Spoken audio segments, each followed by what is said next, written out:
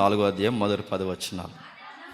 ఆదాము తన భార్య అయిన అవ్వను కూడినప్పుడు ఆమె గర్భవతి అయి కుమారుని కని కయ్యనుని కని, యెహోవా దయ వలన నేను ఒక మనుష్యుని సంపాదించుకున్నాను,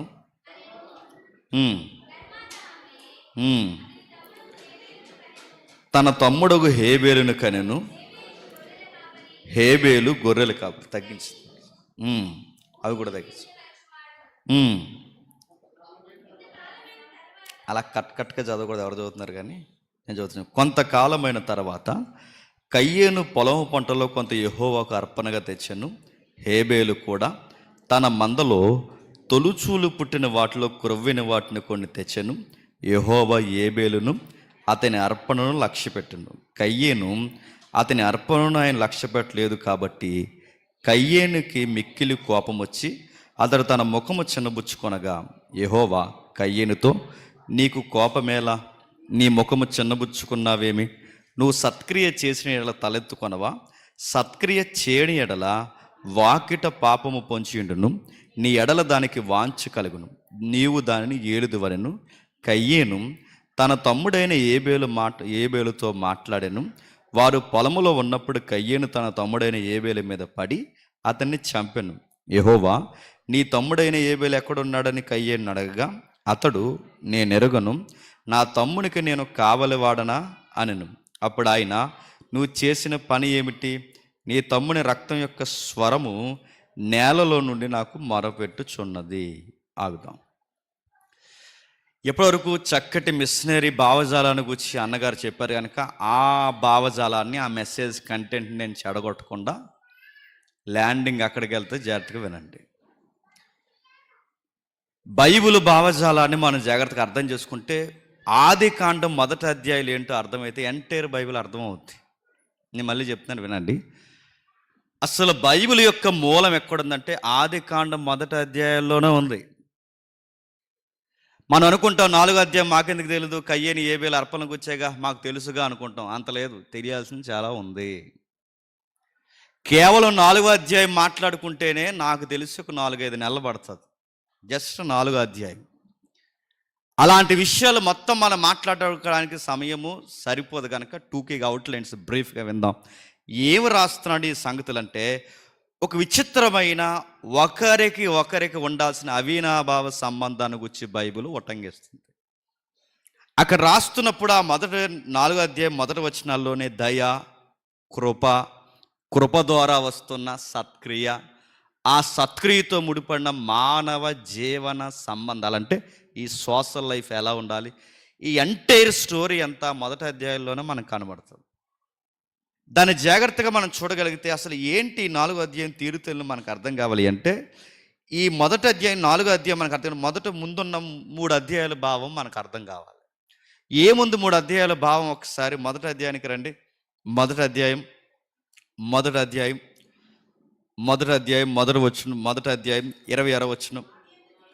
ఆదియందు దేవుడు భూమి ఆకాశములను సృజించెను, భూమి నిరాకారముగాను శూన్యముగాను, క్షమించండి 26వ వచనం. మనము మన స్వరూపమందు మన పోలుగు చొప్పున నరులను చేయదము, వారు సముద్రపు చేపలను, ఆకాశ పక్షులను, పశువులను, సమస్త భూమిని, భూమి మీద ప్రాకు ప్రతి జంతువుని ఏలుదురుగాకని పలికను. జాగ్రత్తగా వినాలి.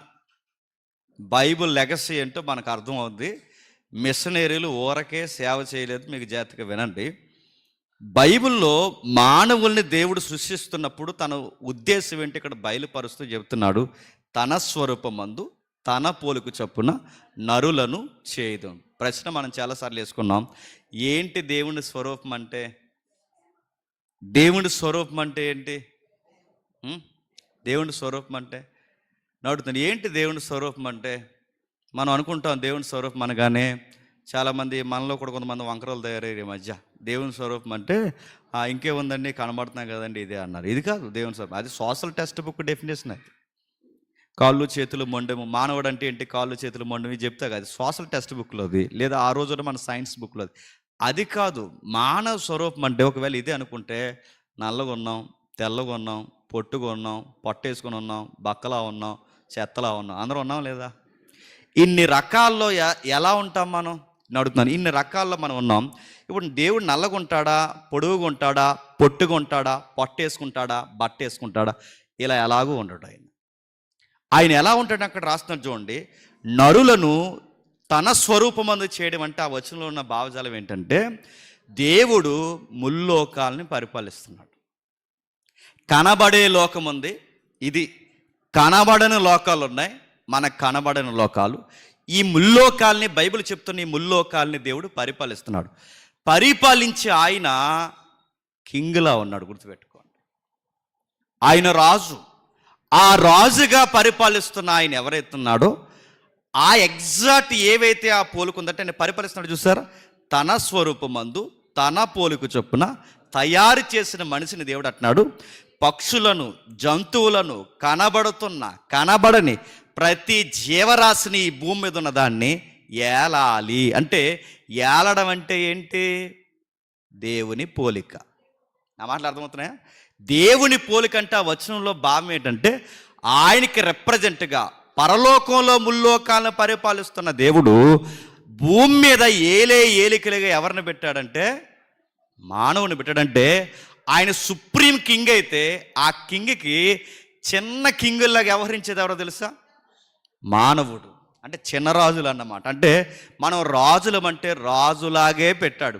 చాలామంది దేవుడు మనం రాజులు అన్నామని చెప్పి ఇక మొత్తానికి బాగా వినండి, వాళ్ళు వేసుకునే షూ ₹1,00,000, వాళ్ళు వేసుకునే కోటు 60,000-70,000, ఎందుకంటే ఇంత లగ్జరీగా వేసుకుంటున్నారని అడిగితే మనం కింగులం కదా అన్నారట. కింగులు అంటే సూట్లు వేసుకుని తిరగమని కదరా అయ్యా. కింగ్ అంటే ఏంటి? కాస్ట్లీ షూ వేసుకుని సూట్ వేసుకుని తిరగమని కాదు. కింగ్ అంటే ఏంటి? నీకు ముందుకెళ్ళకలే అర్థమవుద్ది. ఆయన రాజులా మనం తయారు చేయాలంటే పరిపాలించాలి. ఏం పరిపాలించాడు దేవుడు? ముల్లోకాలని పరిపాలిస్తుంటే పరిపాలించే వ్యవస్థలోకి దేవుడు ఎవరిని ఇన్వాల్వ్ చేస్తున్నాడంటే మానవుడిని ఇన్వాల్వ్ చేస్తున్నాడు. తన స్వరూపంలో తయారు చేసిన దేవుడు ఏలండి. ఏటిని ఏలాలి ప్రభా అంటే ఈ ఎంటైర్ యూనివర్స్ని ఏలండి. ఏం ఏలాలి? పక్షుల్ని ఏలాలి, జంతువుల్ని ఏలాలి, కనబడని ప్రతి జీవరాశిని ఏలాలి. ఎందుకు ఏలాలి అంటే దీనికి జీవరాశికి నీకు సంబంధం ఉంది. అవి లేకపోతే నువ్వు ఉండవు, నువ్వు లేకపోతే అవి ఉండవు. ఇవన్నీ ఉండాలి అంటే నువ్వు నాతో ఉండాలి. నా మాటలు అర్థమవుతాయి. ఇది బైబిల్ బాగా వినండి. ఈ మొదటి ఆదికాండం 10 అధ్యాయాలు మీకు అర్థమైపోతే అసలు బైబిల్ నేరేటివ్ ఏంటో ఈజీగా పట్టేయగలరు. ఆ 10 అధ్యాయాల్లో ఉన్న లింకే ప్రకటన గ్రంథం వరకు నడిచింది. ఆ ప్రకటన గ్రంథం ఉన్న లింక్ ఏంటో, ఎండింగ్ ఏంటో మనకు అర్థం, స్టార్టింగ్ ఏంటో మనకు తెలియాలి. ఇక్కడ రాస్తున్నాడు, మీరు పరిపాలించండి. నేను బైబిల్ చదువుకునే కొత్తలో చాలా కాలం, అంటే చాలా క్రితం, ఆ టైంలో ఒక 19 ఏళ్ళ క్రితం నేను అడిగాను ఈ బైబిల్ టీచర్లు, అప్పుడులో మన బైబిల్ టీచర్లు ఉన్నారుగా, వాళ్ళని అడిగాను ఏమనంటే, అసలు ఇంత జీవరాశిని సుమారు జీవుల్లో రకాలే 84 లక్షల జీవరాశులు ఉన్నాయంట. రకాలే 84 లక్షల జీవరాశులు. ఇన్ని రకాల జీవరాశులు ఉంటే ఇంత జీవరాశిని ఆ ఇద్దరు మానవులు ఎలా ఏళ్తారని చెబుతున్నాడు అని అడిగాను నేను. అడిగితే అప్పుడు ఏమన్నాడంటే పెద్ద ఆయన, ఏముంది ఏళ్ళమంటే కర్రెట్టుకుని ఉస్సు బుస్సు అనడం అన్నాడు. ఉస్సు బుస్సు అనడానికి సముద్రంలో వాటిని ఎలాగంటాడు, ఎగిరే పక్షుల్ని ఎలాగంటాడు, కనబడని జీవులు ఉన్నాయి వాటిని ఎలా అంటాడు, వీటన్నిటిని ఎలా పరిపాలిస్తాడు? పరిపాలించడం అంటే కర్రట్టుకుని తిరగడం కాదు. పరిపాలించడం అంటే చెప్పనా, ఆదాము ఎవరైతున్నాడో, మానవుడు ఎవడైతున్నాడో, ఈ సృష్టి అంతా నీ మాట వినాలంటే నువ్వు నా మాట వినా. నువ్వు నా మాట వింటే ఇవి నీ మాట వింటాయి. ఇవి నీకు లోబడాలి అంటే నువ్వు నాకు లోబడాలి. నిజంగా ఈ రోజుకి బైబిల్ చరిత్రలో నేను చెప్తున్నాను, ఈ రోజుకి సంపూర్ణంగా దేవుడిచ్చిన కృపచేత వర్ధిల్లుతూ పూర్తిగా దేవుని మీద ఆనుకుని బ్రతికే వాళ్ళు పూర్తిగా దేవుడికి లోబడితే ఇప్పటికీ జీవరాశి లోబడుతుందని బైబిల్ రికార్డ్స్ చెప్తున్నాయంటే లోబడతాయి. దానియేలు దేవుడికి లోబడ్డాడు, సింహాలు దానియేలుకు లోబడ్డాయి. నోవహు దేవుడికి లోబడ్డాడు, జీవరాశి నోవహుకు లోబడ్డాడు. అగ్ని గంధకాలు ఏవైతున్నావో దానియేలు స్నేహితులు దేవుడికి లోబడ్డాడు, అగ్ని దానియేలు స్నేహితులకు లోబడ్డాది. ఏలియా దేవునికి లోబడ్డాడు, వర్షం ఎవరి మాట ఉంది? యెహోషువ దేవుడికి లోబడ్డాడు. సూర్యచంద్రులు ఎవరి మాట అంటే సృష్టి సృష్టి మానవుడికి లోబడాలి అంటే మానవుడు దేవుడికి లోబడాలి. దేవుడికి లోబడితే మాట వింటాది. మనం మాట అనకపోతే దేవుడు మొట్టికాయలు ఎక్కడేస్తాడు చెప్పనా? ఈ సృష్టి మీద వేస్తాడు. ఆదాము తప్పు చేశాడు, దెబ్బ ఎక్కడ కొట్టాడు చెప్పండి? నేల పండదన్నాడు. రెండవది, ఇశ్రాయేలు మాట వినలేదు, ఎక్కడ కొట్టాడు చెప్పండి? పంట పండదన్నాడు. ఎక్కడ మీరు చూడండి, ఈరోజు కూడా మీకు అర్థమైపోతే మన క్రైస్తవ జీవన విధానం, మనం ఆయన మాట వింటే మన పంటలు బాగుంటాయి. ఆయన మాట మనం వింటే మన బిడ్డలు బాగుంటారు. ఆయన మాట మనం వింటే మన ఫైనాన్స్ బాగుంటుంది.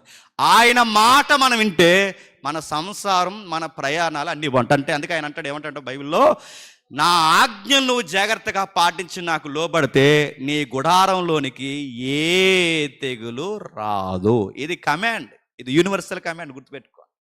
ఇది ఎప్పటికీ పనిచేస్తుంది అంటే ఈ భూమన్నత కాలం పనిచేస్తుంది. ఆయన మాట వినాలి, ఆయన మాట వినాలి. ఇప్పుడు ఆయన మాట వినాలంటే భూమిని ఏలాలి. ఎలా ఏలాలి? పక్షుల్ని ఏలాలి, జంతువుని ఏలాలి. ఇప్పుడు మీకు డౌట్ అవ్వచ్చు, ఇవన్నిటినీ ఏలితే కానీ మానవుడు బ్రతకలేడండి అంటే బ్రతకలేడు. మీకు నేను చాలాసార్లు చెప్పిన ఎగ్జాంపుల్ మీకు గుర్తుందో లేదో మళ్ళీ ఒకసారి నేను జ్ఞాపకం చేస్తాను. ఇవన్నీ కొన్ని డిపార్ట్మెంట్లో పనిచేస్తాయండి ఈ సృష్టిలో. కాకులు అదొక డిపార్ట్మెంటు, పిచుకులు అదొక డిపార్ట్మెంట్, గాడిద అదొక డిపార్ట్మెంటు, పంది అదొక క్లీనింగ్ సెక్షన్ డిపార్ట్మెంట్. ఇంకా మీరు చూడండి, ఎక్కడికక్కడ ఇవన్నీ డిపార్ట్మెంటా కాదా? ఇప్పుడంటే మన డిపార్ట్మెంట్స్ మున్సిపాలిటీ అది ఇది కాపలా వాహనాలకి ఇక ట్రావెల్ అని ఇవన్నీ పట్టుకుంటున్నాం. కానీ ఒకప్పుడు మీరు చూడండి, ఇవన్నీ యూనివర్స్ని క్లీన్ చేసి రన్ చేస్తాయి. మీకు ఇంకా బాగా అర్థం కావాలంటే ఈ డిపార్ట్మెంట్కి, హెడ్ ఆఫ్ ది డిపార్ట్మెంట్కి వ్యవహరించాల్సింది సుపీరియారిటీ ఎవరంటే ఆదాము. జిల్లా కలెక్టర్ తెలుసుగా, నడుతున్నాను. జిల్లా కలెక్టర్ ఉద్యోగం ఏంటండి చెప్పండి? ముఖ్య అంశాలు మరోసారి చెప్పండి. జిల్లా కలెక్టర్ ఉద్యోగం ఏంటి? 10 గంటలకు వచ్చి టిఫిన్ చేసేసి మధ్యాహ్నం లంచ్కి ఇంటికి వెళ్ళిపోయి సాయంత్రం 5 గంటలకు ఒకసారి ఆఫీస్ చూసుకుని వెళ్ళిపోవడమా? అది కాదు కలెక్టర్ ఉద్యోగం. కలెక్టర్ ఉద్యోగం ఏంటంటే ఫైల్ మీద సంతకం పెట్టడం కాదు, సీఎం చెప్పిందల్లా చేయడం కాదు. కలెక్టర్ ఉద్యోగం అంటే ఏంటంటే మెడికల్ డిపార్ట్మెంట్ ఎలా పనిచేస్తుందో కలెక్టరే చూడాలి, పోలీస్ డిపార్ట్మెంట్ ఎలా పనిచేస్తుందో కలెక్టరే చూస్తాడు, పంచాయతీ ఎలా పనిచేస్తుందో కలెక్టరే చూస్తాడు, మున్సిపాలిటీ ఎలా పనిచేస్తుందో కలెక్టరే చూస్తాడు. ఎంటైర్ జిల్లాలో పనిచేస్తున్న ప్రతి డిపార్ట్మెంట్ ఎలా పనిచేస్తుందో ఈ అన్ని డిపార్ట్మెంట్ల మీద ఉన్న అధికారే కలెక్టరు.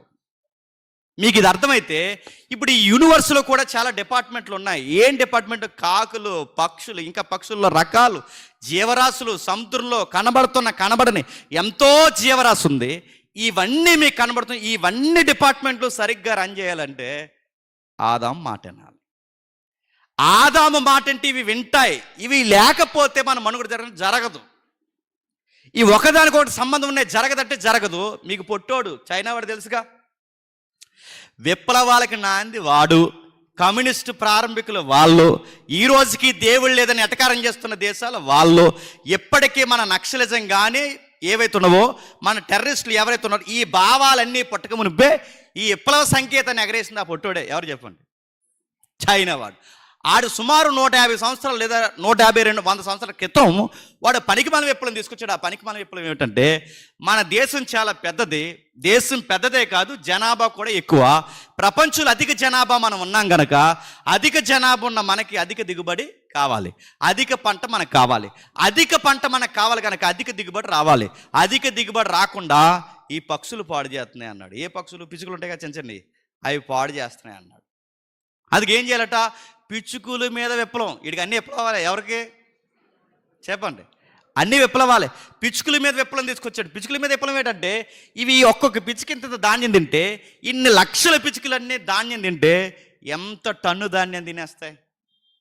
అందుకే మనకి నష్టం వచ్చేలా ఉంది, దీనివల్ల మనం ఏదో ఒకటి నిర్ణయం తీసుకోవాలని చెప్పి పిచ్చుకల మీద విప్లవం అని చెప్పి వాడు ఏం చేశాడంటే, దేశంలో కనబడిన ప్రతి పిచ్చుకని కాల్చేయండి, చంపేయండి, ఎగరకండి చేసేయండి, మనకు అధిక ధాన్యం పంట వస్తుంది, చంపేయండి అనగానే అందరూ ఇదో పెద్ద విప్లవ భావజనలాగా ఆ పక్షులను చంపేస్తారు. అన్నీ చంపేసిన తర్వాత ఈ ఏడాది ఎలాగైనా సరే పంట అదిరిపోద్ది అనుకున్నాను, కానీ గమ్మత్తని చెప్పిన పంట అదిరిపోవడం కాదు, మొత్తం పంట పాడైపోయి కరువు వచ్చేసింది దేశానికి. ఎందుకు కరువు వచ్చేసిందంటే తర్వాత దర్యాప్తులో తేలిన విషయం ఏంటంటే, వీళ్ళ మందులు వాడుతున్నాం, ఎరువులు వాడుతున్నాం అనుకున్నారు, కానీ పంటకి కనబడిన సీడపీడ ఉంటుంది, ఆ సీడపీడని క్లీన్ చేసే డిపార్ట్మెంట్ ఎవరు తెలుసా? చిన్న పక్షులు. ఈడ ఆ డిపార్ట్మెంట్ని లేపేస్తే ఈ పురుగుల డిపార్ట్మెంట్ ఏం చేసింది? పంట లేపేసింది. ఈ ఎప్పుడైతే లేపేసింది వీడికి ఆహారం దొరకలేదు, అప్పుడు ఆకలికి తట్టుకోలేక ఆ దెబ్బ ఏమైంది తెలుసా? ఆ ఆకలికి తట్టుకోలేక భూభాగం ఎక్కువ, సైనాలో జీవరాశులు ఎక్కువ. ఏం జీవరాశులు? పురుగులు, కప్పలు, పాములు, ఎలకలు, పిల్లులు, బొద్దింకలు ఏవైతున్నావో ఇక దొరికిందల్లా తిండం మొదలెట్టి, ఇలా దొరికిందల్లా తిండం మొదలెడితే ఇలా సుమారు ఎన్ని సంవత్సరాలు తిన్నారు? 100 సంవత్సరాల పైన తిన్నారు. ఈ 100 సంవత్సరాల పైన తిని తిని తిని తిని అలవాటు అయిపోయి ఇప్పుడు ఎంత సాఫ్ట్వేర్లో ఇంత రణరంగంలో డెవలప్ అయినా ఆ తినడం అలవాటు అయిపోయి ఈరోజు కూడా ఎలకలు, కుక్కలు, పాములు, కప్పలు అన్నీ తింటున్నారు. ఎందుకు తింటున్నారంటే ఆ రోజు పిచ్చికిని చంపేసిన అలవాటేలకి ఈ రోజుకి చూడండి తింటున్నారంటే, ప్రపంచంలో చరిత్రలో భయంకరమైన డాగులా కనబడుతుంది ఏంటో తెలుసా? ఏ పక్షిని, ఏ జీవరాశిని మనం నశింపజేసినా ఆ ఎఫెక్ట్ మన నాగరికత మీద పడుతుందని ఒక పాఠం నేర్చుకుంది ఈ ప్రపంచం. వీటన్నిటిని పరిపాలించాల్సిన బాధ్యత ఎవరు చెప్పండి?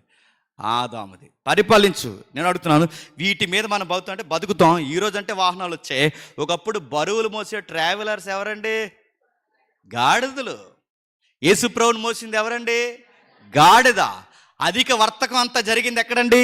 ఇక్కడి నుంచి ఆ ఊరికి ఈ ఊరికి గాడిదలు. అంటే బోట్ల తర్వాత విషయం గాడిదలు. ఇంకా మీరు చూడండి, ఇప్పుడంటే సహోదరులు క్లీనింగ్ సెక్షన్ డిపార్ట్మెంట్ కొంతమంది వచ్చారు, ఒకప్పుడు క్లీనింగ్ సెక్షన్ ఎవరండి? కాకులు, పందులు కాదా? అవే కదా మొత్తం క్లీన్ చేసేవి, ఇవి కాదని అడుగుతున్నాను. ఇవన్నీ సృష్టిలో ఇంకా మీరు చూడండి, ఎక్కడికక్కడే మీరు చూడండి, వీటన్నిటి మీద మనం బతుకుతుంటే బతుకుతున్నాం. అక్కడ దాకా ఎందుకండి?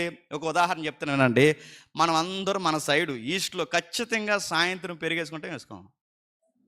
పెరుగు లేకపోతే లాస్ట్ కోటింది ఇవ్వకపోతే మనకి తిన్నట్టు ఉండదు. మనకి ఫినిషింగ్ టచ్ అది ఇవ్వాల్సిందే. అది మంచిగా తోడెట్టుకునే పెరుగు నడుతున్నాను. పెరుగు అంటే ఏంటండి? మనకు అర్థమయ్యే భాషలు చెప్పిన పాలా? పెరుగు అంటే పాలు కాదు, మనకు అర్థమయ్యే భాషలు చెప్పిన బ్యాక్టీరియా, పురుగులు. మళ్ళీ చెప్తున్నాను, అదేంటండి? అది పురుగులు అంటే పురుగులే. అర్థమయ్యే భాష చెప్తున్నాను.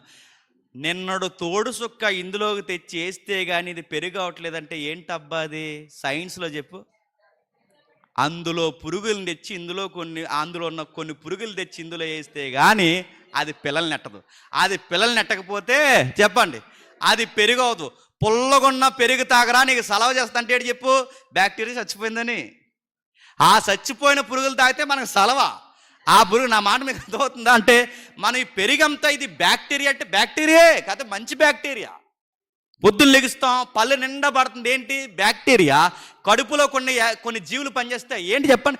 మనకు అనుకూలమైన కొన్ని జీవరాశులు పనిచేస్తున్నాయి. వీటి మధ్య దేవుడు ఏమన్నాడంటే నువ్వు ఏలికగా ఉండాలి, ఇవన్నీ నీకు పనికొచ్చేలా ఉండాలి. ఇన్నిటిని ఈయన పనిచేసేలా చేయాలి అంటే ఆదాముకి ట్రైనింగ్ అవసరం వద్దా? ఇప్పుడు కలెక్టర్ గారు ఉన్నారండి, వెంటనే కలెక్టర్ గారిని తీసుకొచ్చి సీట్లో కూర్చోబెట్టేసి పరిపాలించే జిల్లాని అంటారా? అనరు. ఏం చేస్తారు చెప్పండి? ట్రైనింగ్ ఇస్తారు. దేవుడు ట్రైనింగ్ ఆదాముకి స్టార్ట్ చేశాడు. జాగ్రత్తగా వినండి, ఈ కంటెంట్ నీకు నాకు అర్థమైంది లేదు, కానీ మిషనరీస్కి అర్థమైంది. చూద్దాం ఒకసారి.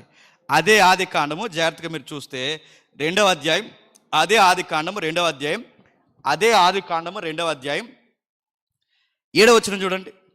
అదే ఆది కాండము 2వ అధ్యాయం 7వ వచనం.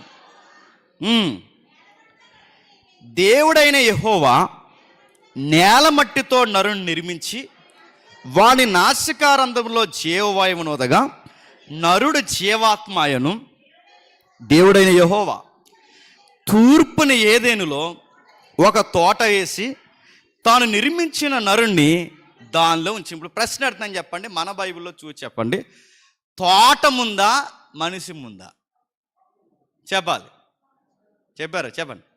తోట ముందా, మనిషి ముందా? చెప్పండి, ఏదో చెప్పండి. సంతూరు మమ్మీలా చూడకండి, చెప్పండి. తోట ముందా, మనిషి ముందా? తోట, మనిషి, ఏదో చెప్పండి. తోట, మనిషా? తోట, మనిషి, మీ బొంద. నేను మళ్ళీ చెప్తాను, తోట ముందు కాదు, చాలామంది రాంగ్ ఎగ్జాంపుల్స్లో రాంగ్ మెసేజ్లు చెప్పారు. కానీ ఎందుకంటే రాంగ్ మెసేజ్లకు ఎగ్జాంపుల్ చెప్పండి, నాకు గుర్తుంది. వాళ్ళు చెప్పిన బోర్డు మెసేజ్లు అని నాకు గుర్తున్నది ఏంటంటే, పిల్లోడు పుట్టక మునిపే ఇయ్యాలు ఎలా కొంటారో, పిల్లోడు పుట్టక మునిపే సాక్స్లు ఎలా కొంటారో, ఈ చెప్పుకోవడానికి బాగుంటాయి కానీ బైబిల్ సెట్ అవ్వవు, గుర్తుపెట్టుకో. ఇవి వినడానికి బాగుంటాయి కానీ తోటే ముందంటే కాదు మనిషే ముందు. అక్కడ రాస్తున్నారు చూడండి, దేవుడైన యెహోవా నేల మట్టితో నరుని నిర్మించి వాని నాసికారంధ్రంలో జీవాయునోదుగా నరుణ్ణి తయారు చేసి జీవాత్మ ఊది నరుణ్ణి తయారు చేస్తే ఆ తయారు చేసిన మనిషిని తూర్పున ఏదైనా తోట వేసి అక్కడ తీసుకెళ్ళాడట. అంటే తోటేసిన మనిషి తోట దగ్గరికి మనిషిని తీసుకెళ్ళి ఆ తోట దగ్గరికి మనిషి తీసుకెళ్ళి అక్కడ నిలబెట్టి మనిషికి ఏమంటున్నాడంటే, ఈ తోటను చూపిస్తూ, ఇదిగో ఈ తోట, ఆ చెట్లను చూపిస్తూ, తోటను చూపిస్తూ, బాగా నన్ను ఆ పదను ఊరికే అంటలేదు, ఆ తోటను చూపిస్తూ, చెట్లను చూపిస్తూ జంతువులన్నింటినీ పిలిచాడట. పిలిచేమన్నాడు, పేర్లు పెట్టు. అంటే ఆదాముకి ఇవన్నీ నేర్పిస్తున్నట్టు మీకు అనిపించట్లేదా? జంతువులు పిలుస్తున్నాడు, పేర్లు పెట్టమంటున్నాడు. తోట వేసాడు, ఆ తోట దగ్గరికి మనిషిని తీసుకెళ్ళాడు. మనిషి చూస్తుండగా ఆ తోటలో ఏం చేయాలో చూపిస్తున్నాడంటే, ఆదామును తయారు చేసి ఆ ఆదామును అక్కడ పెట్టి తూర్పున తోటేసి ఆ తోటలోకి జంతువులన్నింటినీ పిలిచి వీటన్నిటి వాతావరణం ఆదాముకు చూపిస్తూ, నేను ఎలా చేస్తున్నానో నువ్వు అలాగే చెయ్యి. ఎలా చేయాలి ప్రభువా, ఏం చేయాలంటే 15వ వచనంలో దేవుడైన యెహోవా నరుని తీసుకొని ఏదైనా తోటలను సేద్యపరచుటకును దానిని కాచుటకు ఏం చేయాలట, సేద్యపరచుటకు కాచుటకు. ప్రశ్న అర్థం చేత చెప్పండి, సేద్యపరచుటకు కాచుటకు, సేద్యపరచుటకు కాచుటకు. ఇప్పుడు ప్రశ్న అడుగుతున్నాను, దేన్ని సేద్యపరచాలి, దేన్ని కాయాలి? గడి చెప్పండి, దేన్ని సేద్యపరచాలి, దేన్ని కాయాలి?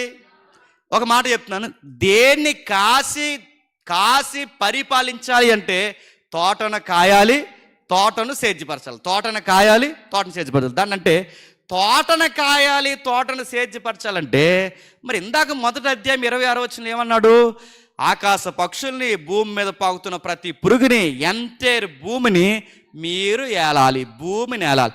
ఎంటైర్ అంటే మొత్తం భూమిని దేవుడు ఏలమని చెప్పినప్పుడు తోటలో ఎందుకు పెట్టాడు? ముఖ్యాంశాలు మరోసారి చెప్పండి. ఎంటైర్ భూమిని ఏలాలి కదా, మొత్తం భూమిని ఏలమన్నాడు. ఎగిరే పక్షిని, తిరిగే జంతువుని, సముద్రంలో జీవరాశి అన్నిటినీ ఏలమని చెప్పినప్పుడు మరి భూమి మీద వదిలేరుగా స్వేచ్ఛగా, వదిలేకుండా తోటేశాడు. తోట అన్న దగ్గర ఎబ్రిలో వాడిని పదమేడు చెప్పిన, లోపల వారు బయటికి పోకుండా, బయట ఉన్నది ఏది దేవుడి పర్మిషన్ లేకుండా లోపలికి రాకుండా టైట్ సెక్యూరిటీతో తయారు చేసిన దాన్నే తోట అన్నారు. ఇప్పుడు చెప్పండి, ఆదాము దేవుడి పర్మిషన్ లేకుండా బయటికి పోకూడదు, బయట ఉన్నది ఏది కూడా ఇంక్లూడింగ్ సాతానైనా దేవుడి పర్మిషన్ లేకుండా లోపలికి రాకూడదు. అంటే ఏది బయటికి వెళ్ళదు, ఏది లోపలికి రాదు. ఇంత టైట్ సెక్యూరిటీతో ఒక తోట వేసి ఈ తోటను సేద్యపరచు, దీన్ని కాయన్నాడంటే మరి భూమిని ఏలమని మొదటి అధ్యాయంలో చెప్పినప్పుడు 2వ అధ్యాయం 15వ వచనంకి వచ్చేసరికి తోటలోనే ఆదాముని ఎందుకు సెట్ చేస్తున్నాడు? ఎందుకో చెప్పనా, ఇందాక మీకు చెప్పాను, మీకు అర్థమైతే మళ్ళీ జ్ఞాపకం చేసుకోండి. జిల్లాని ఏలాలంటే కలెక్టర్ గారిని తీసుకొచ్చి డైరెక్ట్ కుర్చీలో కూర్చోబెట్టరు. ఏం చేస్తారు చెప్పండి, ట్రైనింగ్ సెంటర్లో పెడతారు, ట్రైనింగ్ సెంటర్లో పెడతారు. ఈ పాయింట్ మీకు అర్థమైతే ఏదైనా తోట ఏంటన్నమాట చెప్పండి, ట్రైనింగ్ సెంటర్ అన్నమాట. బాస్ ఈవినింగ్ వస్తాడు, ఈవినింగ్ వచ్చి బాస్ అడుగుతాడు, ఏమని అడుగుతాడు తెలుసా, ఆదాము ఏం చేస్తున్నావు? సాయంత్రానికి బాస్కి అకౌంటబిలిటీ అప్పగించాలి. ట్రైనింగ్లో ఉన్నాడు ఎవరు, ఆదాము గారు. బాధడు చెప్పిన, ట్రైనింగ్లోనే ఫెయిల్ అయిపోయాడు. అది బాధ. యావత్తు భూమిని పరిపాలించమని దేవుడు చెబితే యావత్తు భూమిని పరిపాలించాల్సిన మానవుడు భూమిని పరిపాలించలేకపోయాడు. సేద్యపరచమన్నాడు, కాయమన్నాడు. సేద్యపరచడం అంటే ఎబ్రిలో అభాండ్ అన్నారు. దాన్ని అభాండ్ అంటే దాని అర్థం ఏంటంటే, చెట్లు ఇక్కడ మీకు నర్సరీలు ఉన్నాయిగా, ఈ చెట్లు ఏవైతున్నావో చెట్లుని నాటే వారి దగ్గర వాడే పదం అది. చెట్లుని పెంచే వారి దగ్గర వాడే పదం. చెట్టుని ఎలా పెంచుతారండి? పిల్లల్ని చూసినట్టు చూడాలి, వాటిని చూడరా, టయానికి నీరు పెట్టాలి, టయానికి ఎరువు పెట్టాలి, టయానికి గొప్ప తవ్వాలి, టయానికి చూసుకోవాలి, టయానికి అని అడుగుతున్నాను. చెట్లు చుట్టూ తిరిగే వాళ్ళ కాళ్ళు ఎలా ఉంటాయండి? శుభ్రంగా ఉంటాయా? తెల్లగా ఉంటాయా? పగులుపోయి ఆ పనికి వాళ్ళ శరీరం పూర్తిగా చాలా హార్డ్గా మారిపోద్ది. ఇలాంటి వర్క్ ఎవరికి అప్పచెప్పాడు తెలుసా దేవుడు? ఒక సంటి పిల్ల ఎదుగుతున్నప్పుడు ఆ పిల్ల పెద్ద మొక్కలు అయిపోతే ఎలా గొడవలేదండి. చంటి పిల్ల ఎదుగుతున్నప్పుడు, అంటే మన బిడ్డలు ఎదుగుతున్నప్పుడు టయానికి నీళ్ళు ఇవ్వకపోయినా, టయానికి అన్నం పెట్టకపోయినా, టయానికి డైపర్లు మార్చకపోయినా పిల్ల ఆరోగ్యం మీద పడుతుందా పడదా? పిల్లని ఎలాగైతే చూస్తామో ఎదిగే ఆరోగ్యకరమైన మొక్కను కూడా అలాగే చూడాలి. అంటే పిల్లల్లాగా ఆదాముని ఏటిని పెంచమన్నాడు తెలుసా? అబాండ్, మొక్కల్ని పెంచు, ఈ చెట్లని జాగ్రత్తగా చూడు. ఇవన్నీ ఎందుకు చెప్తున్నాడు దేవుడు? ఏదో ఉంది, ఏమీ లేకుండా ఏం చెప్పలేదు. ఇవన్నీ ఎందుకు చెప్తున్నాడు? నెక్స్ట్ చెప్తున్నాడు కాచుట. కాచుట అంటే సమర్ అంటాడంటే దాని అర్థం ఏంటి?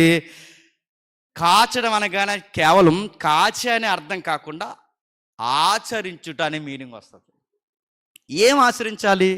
వాటిని జాగ్రత్తగా కావలగాస్తూ తల్లిలాగా వాటిని సాగుతూ ఆచరించాలి. ఏం ఆచరించాలంటే నేను చెప్పింది ఆచరించాలి. ఈ పదం ఎక్కడ పడతారంటే గుడిలో పూజారి ఉంటాడు చూసారా? గుడిలో పూజారి లోపల పనిచేస్తూనే దేవుణ్ణి ఆచరించాలి. దేవుని మాటలు చెప్పండి, సాంప్రదాయాలు ఆచరించాలి.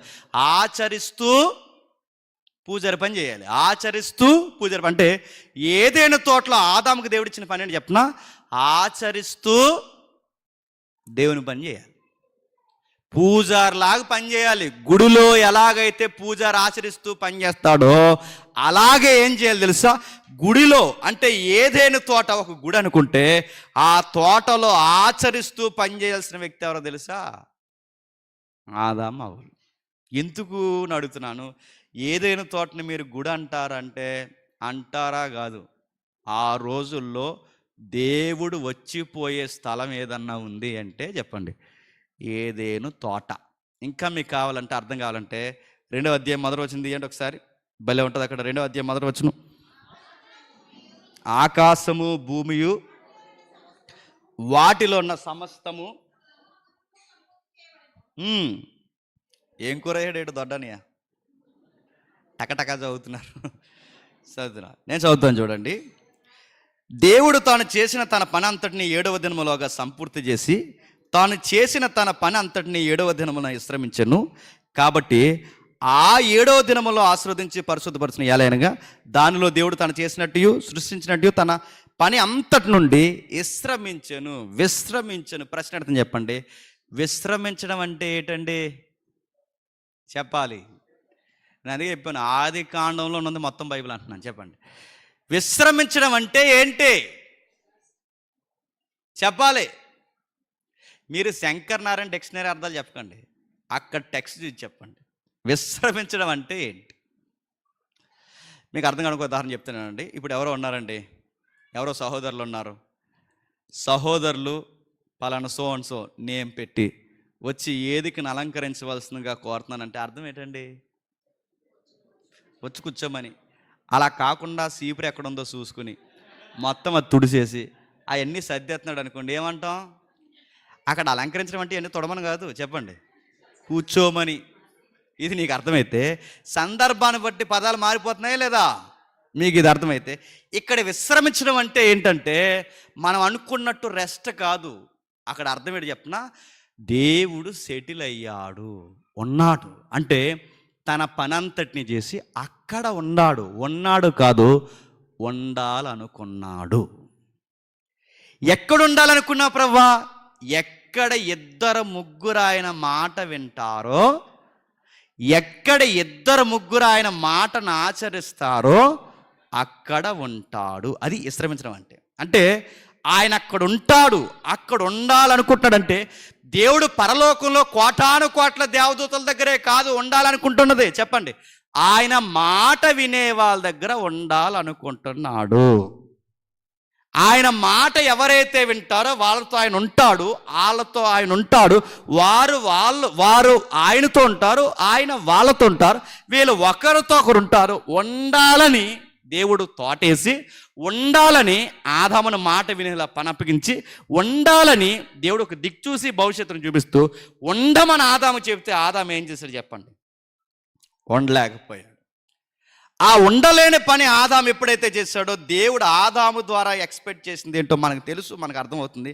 ఆదాము ఇది చేయడం తెలుసు, కానీ లెసన్ నేర్పించాలిగా ఈ ప్రపంచానికి.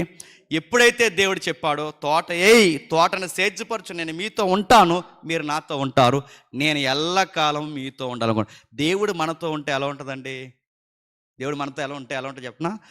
ఫైనాన్స్ ప్రాబ్లం ఉండదు, జబ్బులు రావు. పాత నిబంధనలు ఉన్న కంటెంటే క్రొత్త నిబంధనలు ఉంది, క్రొత్త నిబంధన కంటే పాత నిబంధనలు ఉంది. ఆయన మనతో ఉంటే మరి చెప్తున్నాను, ఆర్థికంగా బాగుంటాం, ఆత్మీయంగా బాగుంటాం, ఆరోగ్యంలో బాగుంటాం, అన్ని విధాలుగా బాగుంటాం. ఆయన నాతో ఉన్నాడన్న గుర్తేంటి చెప్పనా? నాకు ఉన్న దాంట్లో ఏ లోటు లేకుండా, ఉన్న తక్కువైన తృప్తిగా బతికేస్తాను. ఎందుకంటే నాతో దేవుడు ఉన్నాడు, దేవుడు మనతో ఉంటాడు. ఆ ఉండాలని దేవుడు సర్వ సమృద్ధిని ఆదామవ్వల కాల కింద పెడితే ఆదామవ్వలు ఉండలేకపోయారు, చెడగొట్టారు. ఆ తర్వాత ఏం జరిగిందో మనకు తెలుసు. జనరేషన్ ఫామ్ అయింది. ఆ తర్వాత అవ్వమ్మంటుంది, మేము ఎంత చేసినా కానీ నీ దయ వలన మాకు ఒక చెప్పండి కుమారుని ఇచ్చావు, నీ దయ వలన ఒక కుమారుని మాకు అనుగ్రహించావు. నీ దయ లేకపోతే మా జీవితాలు ఎప్పుడో ముగిసిపోవాలి. మేము ఎంత మిస్టేక్ చేసినా, నువ్వు చెప్పిన పని మేము చేయకపోయినా, మేము బతుకున్నామంటే కారణం ఏంటో తెలుసా? మా క్రియలు కాదు, మా విశ్వాసము కాదు, కేవలం నీ ఉచిత కృప, నీ దయ. అంటే ఈ కృప అనే సబ్జెక్ట్ నువ్వు నేను మాట్లాడక మునిపే అవ్వం మాట్లాడుతుంది, గుర్తుపెట్టుకోండి. అప్పటికి అవ్వమ్మంటుంది ఏమని? నీ కృప వలన మేము బిడ్డను సంపాదించాం, నీ కృప వలన మేము బిడ్డను కన్నాం, నీ కృప వలన బతుకుతున్నామంటే ఆ టైంలో దేవుడు తర్వాత మళ్ళీ ఏం చెప్పాడు? ఆ చెయ్యమన్న పని అంతా చేయించుకొని వస్తుంటే 4వ అధ్యాయంకి వచ్చేసరికి ఏం జరుగుతుందో మీరు చూడండి. 3వ వచనంలో, 4వ అధ్యాయంలో త్వరగా ముగిద్దాం. కొంతకాలమైన తర్వాత కయ్యేను అని చెబుతూ మరి ఏం కూర వేసి తిన్నారో ఏటో నేను చెప్తున్నాను. 5వ వచనంలో, కయ్యేను అతను అర్పణ ఆయన లక్ష్య పెట్టలేదు కాబట్టి కయ్యేనికి మిక్కిలి కోపం వచ్చి అతడు తన ముఖము చిన్న బుచ్చుకొని అడుగుతున్నాను, కయ్యేనికి అంత ముఖం చిన్నగా ఎందుకు అయిపోతుంది? చెప్పాలి, నా మాటలు మీకు అర్థమవుతున్నాయి? కయ్యేనిగాడి ముఖం ఎందుకంత చిన్నగా అయిపోతుంది?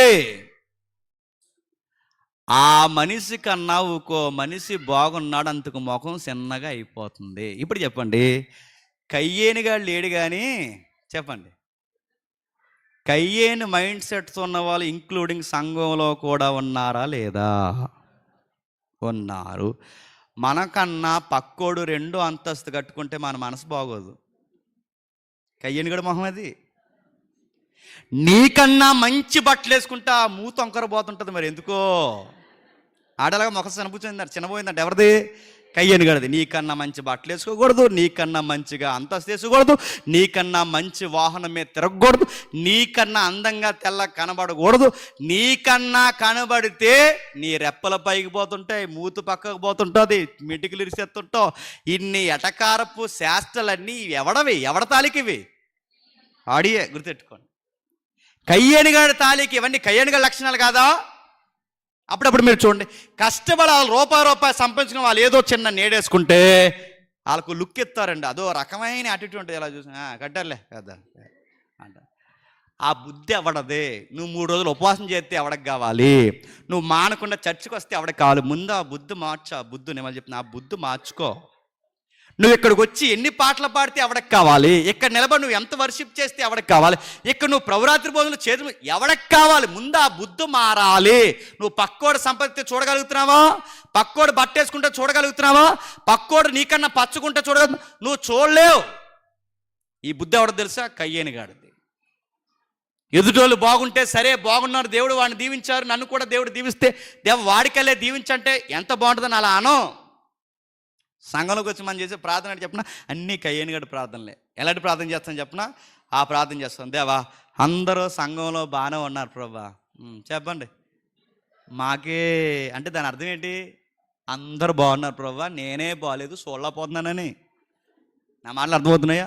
మేము పాడైపోతే అందరూ పాడైపోలే ప్రభా, మేము అక్కడమే పాడైపోయాలి, అందరూ బాగుడే ప్రభు. చెప్పు, నీకేమైనా జస్టిస్ ఉందా అని అడుగుతున్నారంటే ఎవరిని? ఇవి కయ్యేనిగాడి ప్రార్థనలు కదా. దేవుడు ఎలాంటి చెప్పినా, దేవుడు అంటున్నాడు, వీడి మిస్టేక్ చేయక మునిపే దేవుడు అన్నాడు, సత్క్రియ చేయి. ఏం చేయాలట? సత్క్రియ చేయి, సత్క్రియ చేయి. సత్క్రియ చేస్తే తలెత్తుకుంటావు. సత్క్రియ అంటే నేను చెప్పింది చేయి, నేను చెప్పింది చేస్తే తలెత్తుకుంటావు, నేను చెప్పింది చేయకపోతే తల దించుకుంటావు. పాపం నిన్ను ఏలాలనుకుంటుంది, నువ్వు దాన్ని ఏలుతావు.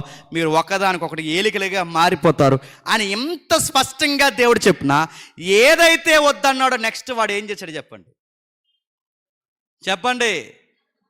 తన తమ్ముడిని చంపేశాడు. సత్క్రియ చేయి అంటే మర్డర్ చేశాడు. సత్క్రియ చేయి అంటే తమ్ముడిని చంపేశాడు. సత్క్రియ చేయి అంటే రక్తం ఒలికించేశాడు. సత్క్రియ చేయవయ్యా అంటే సహోదరిని పట్టున పెట్టుకున్నాడు.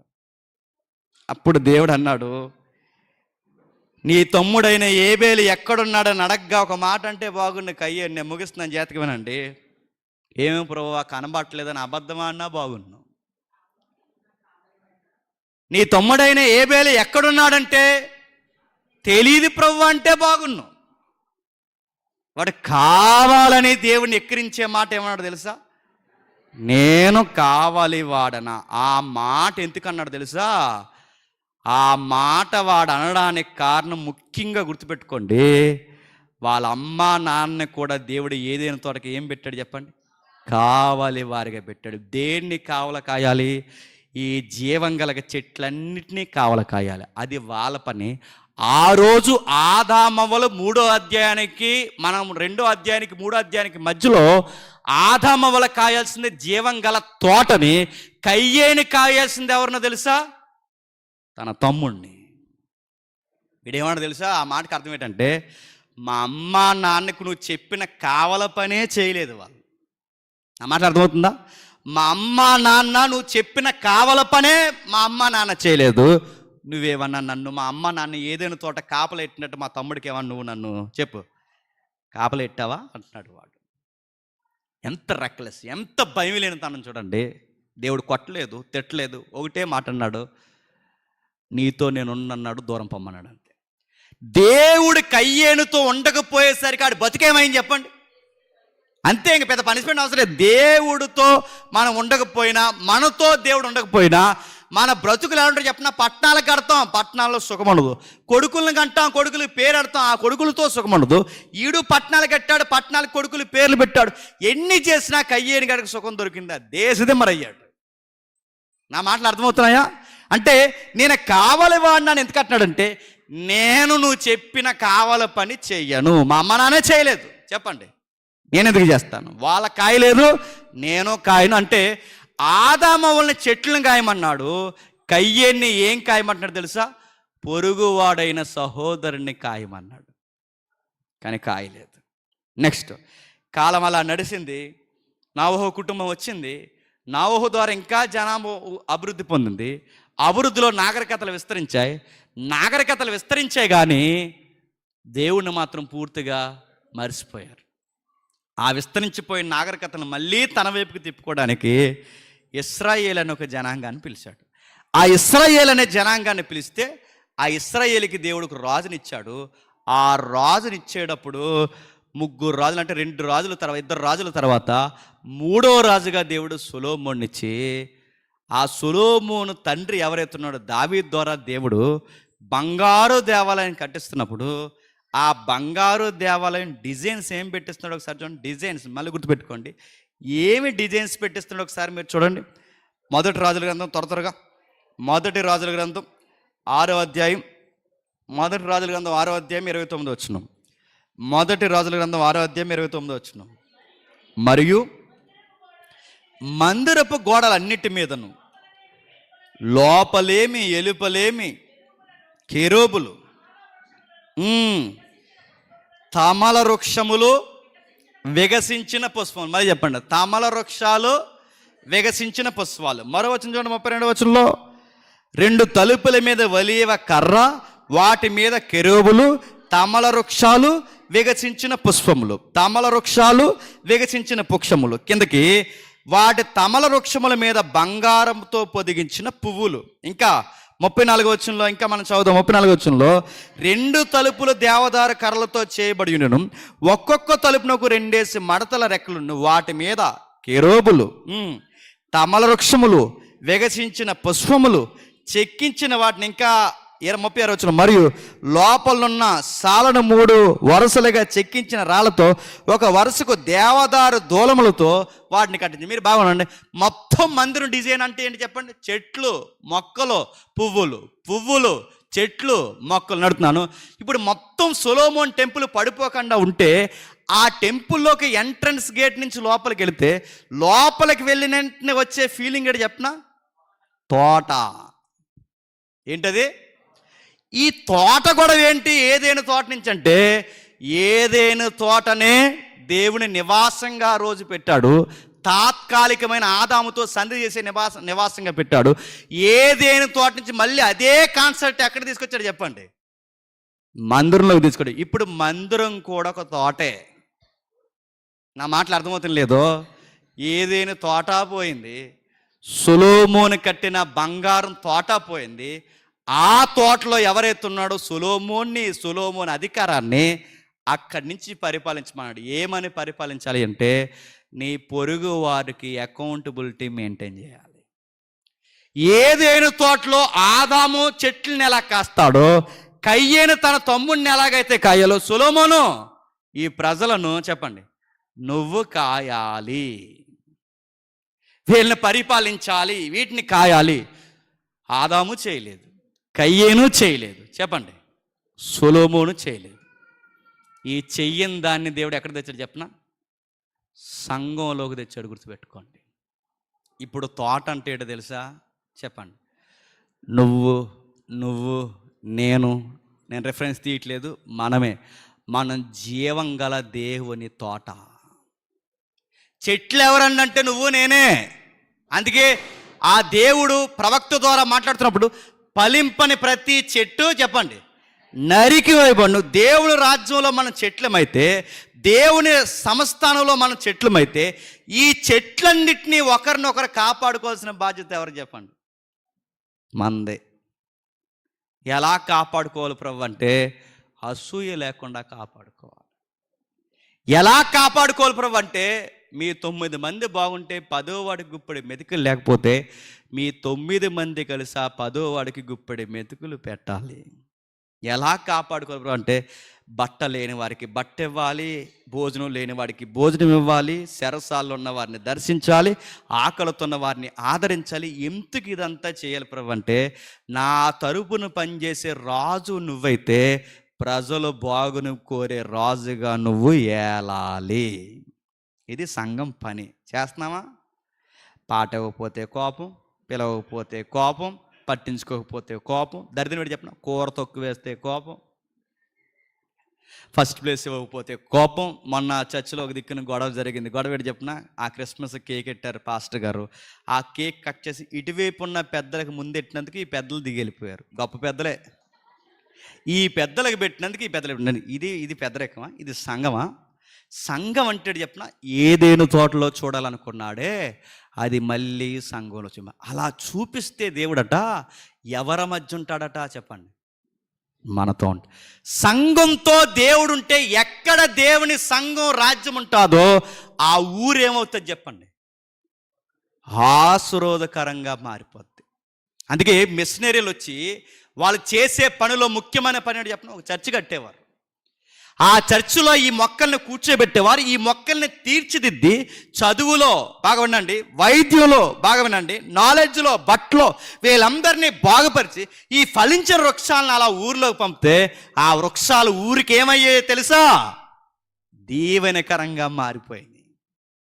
మన పిల్లలు ఎవరి కోసం చదువుతున్నారంటే నీ పిల్లలు నీకు లక్ష సంపాదించాలని చదువుతున్నావు నువ్వు, అంతేనా? ఇంతకు మించి ఏమైనా ఎరగదింటున్నావా? నీ పిల్లలు ఎందుకు చదువుతున్నావు? నీకు డబ్బులు పోగాడే చదివించుకుంటున్నావు. నీ పిల్లలు వైద్య రంగంలో ఎందుకు పంపారు? నీకు పోగాడని పంపించారు. నీ పిల్లలు ఉద్యోగం ఎందుకు చేస్తున్నారు? నీ పిల్లలు బుక్స్ ఎందుకు చదువుతున్నారు? నా పిల్లలు నెక్స్ట్ జనరేషన్ దేనికోసం చదువుతున్నారు? నా సంఘం కోసం, నా ఊరు కోసం నా బిడ్డలు చదవాలి. గుర్తుపెట్టుకోండి. నా పిల్లలు దేనికోసం? నా పిల్లలు గుర్తుపెట్టుకోండి. నాకు డబ్బులు పోగాడని కాదు. ఒకవేళ ఇదే స్వార్థంతో కయ్యేనుగాళ్ళలాగా మిషనరీలు ఆలోచిస్తే ఇండియాకి వెలుగుండేదా? వైద్య వృత్తిని చేశారు, ఆ వైద్యాన్ని తెచ్చి ఉచితంగా ఇక్కడ పెట్టుబడి పెట్టారు. లాయ వృత్తిని చేశారు, లా వృత్తిని తెచ్చి ఉచితంగా ఇక్కడ పెట్టుబడి పెట్టారు.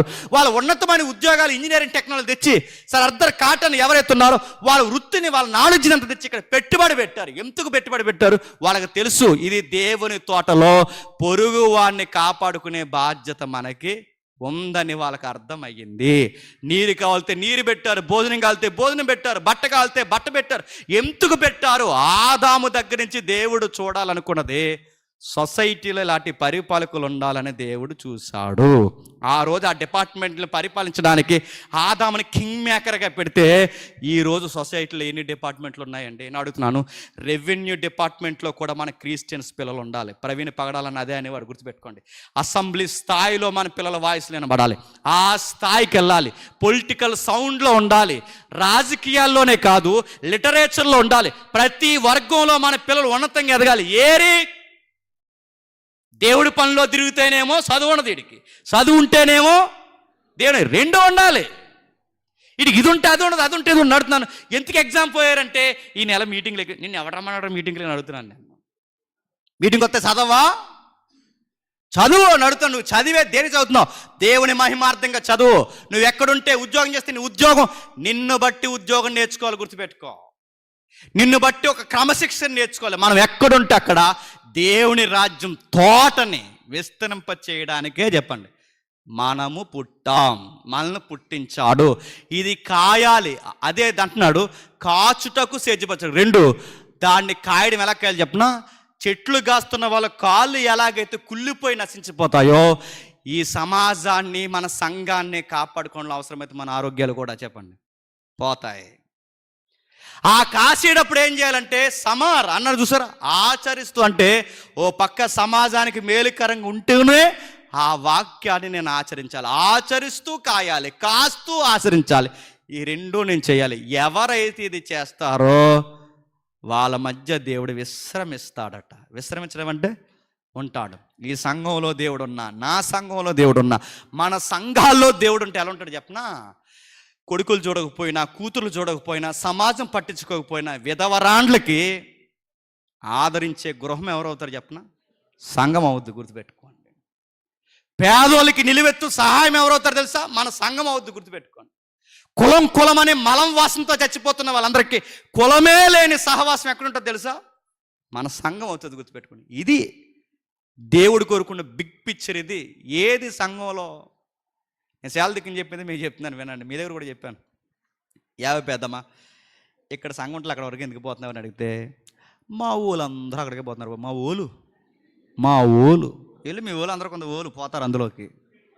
మా ఊళ్ళందరూ అంటే క్యాస్ట్ అంటే కులానికి క్రీస్తు సంఘానికి సంబంధం ఏంటండి?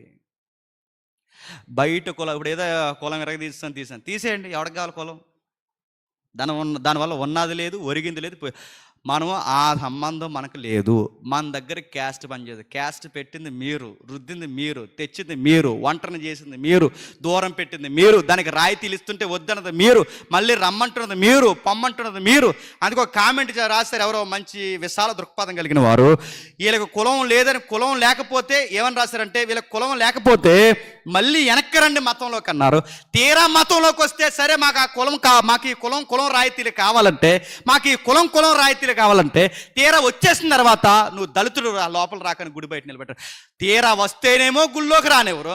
గుళ్ళోకి రాకుండా మేము బయటికి పోయి ఏదో దేవుడిని నమ్ముకుంటామంటే అక్కడ పోతే రాయితీలు ఏమని అంటారు. నడుతుంది. దీన్ని ఏమనాలి? ఈ రాజకీయానికి ఏం పేరు పెడతారు తెలుసా? ఇది బ్రాహ్మణ రాజకీయం కాదా? బయటికి పోతేనేమో రాయితీలు లేవంటారు, తీరా వస్తేనేమో లోపలికి రాక అక్కడ ఉండంటారు. అటు బతికినవక, ఇటు ఉండనవక, ఇటు చేయనక. అందుకే ఇలాంటి ఎలివేతలో బతుకుతున్న వారికి వెలుగ్గా నిలబడవలసింది ఎవరో చెప్పిన సగటు క్రైస్తవ సంఘం. గుర్తుపెట్టుకోండి. మనం ఎప్పుడైతే ఈ సాల దృక్పథం ఉంటుందో, నీకు బాధ ఉంటే మీ 10 మంది చేయండి, అది బాధ అవుద్దా? ఈజీగా తేల్చేస్తాం వాడి బాధని. అది ఫైనల్స్ అంటే రోగం వచ్చింది అనుకోండి, మొత్తం సంఘం వల్ల ఇంటి దగ్గర కూర్చోండి, నీకేం కాదు మేము ఉన్నాం కదరా, ఏం టెన్షన్ అవుతుంది దేనికి, నీకేమన్నా అవుతే నీ కుటుంబాన్ని మేము చూసుకుంటాం అని చెప్పండి వాడికి. మనమే వైద్యం దగ్గర నిలబడి, మనమే ఫైనాన్స్ దగ్గర నిలబడి, మనమే అన్నిటి దగ్గర నిలబడితే, నేను ఈ మాట పౌరుషంతో చెప్తున్నాను, లోకల్ ఎమ్మెల్యేతో కూడా మనకు పని ఉండదు. గుర్తుపెట్టుకోండి. మన పిల్లలు చదవాలి, కింగ్ మేకర్లు అవ్వాలి, ఉన్నతమైన స్థాయిలో నిలబడాలి. ఒక్క ఫోన్ కొడితే నెక్స్ట్ జనరేషన్ ఎలా ఉండాలి చెప్పనా? మన పిల్లలు ప్రతి వ్యవస్థలో ఉంటే, మళ్ళీ చెప్తున్నాను, వ్యవస్థను వాళ్ళే సెట్ చేయాలి. ఎమ్మెల్యే చుట్టూ ఎన్ని రోజులు దేగుతావు నడుతున్నా, ఎన్ని రోజులు దేగుతావు వాడు చుట్టూ. ఈడు దొంగ మాటలు గాడే, ఆడు దొంగ మాటలు గాడే, ఈడు దొంగ మాటలు గాడే. వీళ్ళు ఎవడన్నా మనం బాగు చేస్తారు చెప్పండి? వాడు గెలిస్తే వాడు కులం బాగుపడుతుంది, వాడు గెలిస్తే వాడు తాలూకులు, వాడు గెలిస్తే వాడు వంశం బాగుపడుతుంది, వాడు గెలిస్తే వాడు రాయితీలకి ఆడు ఎస్కాట్ ఏర్పాటు చేసుకోండి. నిన్ను నన్ను బాగు చేస్తారా? నిన్ను నన్ను బాగు చేయాల్సింది ఎవరు చెప్పినా గుర్తుపెట్టుకోండి, సంఘం బాగు చేస్తారు. మార్టిన్ లూథరన్ జూనియర్ తెలుసుగా? జూనియర్ మార్టిన్ లూథరన్ ఎవరండి ఆయన? నల్ల జాతీయుల్ని తెల్ల జాతీయుల్ని వేరు చేసి మాట్లాడుతున్న, నల్ల జాతీయుల్ని తెల్ల జాతీయుల్ని వేరు చేసి మాట్లాడుతున్న ఆ రోజుల్లో మార్టిన్ లూథరన్ కింగ్ ఎవరైతే ఉన్నారో ఆయన ఎవరు చెప్పండి? ఒక పాస్టర్ గారు. ఆయన ఆ పాస్టర్ గారు లేచిన విప్లవానికి, ఆ పాస్టర్ గారు నిలబెడితే ఆయన లేపిన విప్లవానికి తెలుపు నలుపు అని ఆ వ్యత్యాసాన్ని తీసేసి అమెరికన్స్ రెండు జాతుల్ని సమానం చేసే వరకు నిద్ర లేదు, హతుడైపోయాడు. గుర్తుపెట్టుకోండి. ఒక పాస్టర్ చేయాల్సిన పని అని చెప్పినా గుర్తుపెట్టుకోండి, తెల్ల సొక్కలు వేసుకుని ప్రార్థన చేసుకుందాం అన్నం కాదు. గుర్తుపెట్టుకోండి. ఏం చేయాలి చెప్పండి? ఏం చేయాలి? ప్రార్థన చేయాలి, పని చేయాలి. మొక్కను కాపాడుకునేది ఎంత జాగ్రత్తగా కాపాడుకుంటాడో ప్రతి వ్యక్తిని సంఘం ద్వారా నా చుట్టూ ఉన్న సమాజాన్ని చెప్పండి నేనే కాపాడుకోవాలి. చేస్తున్నాం అది?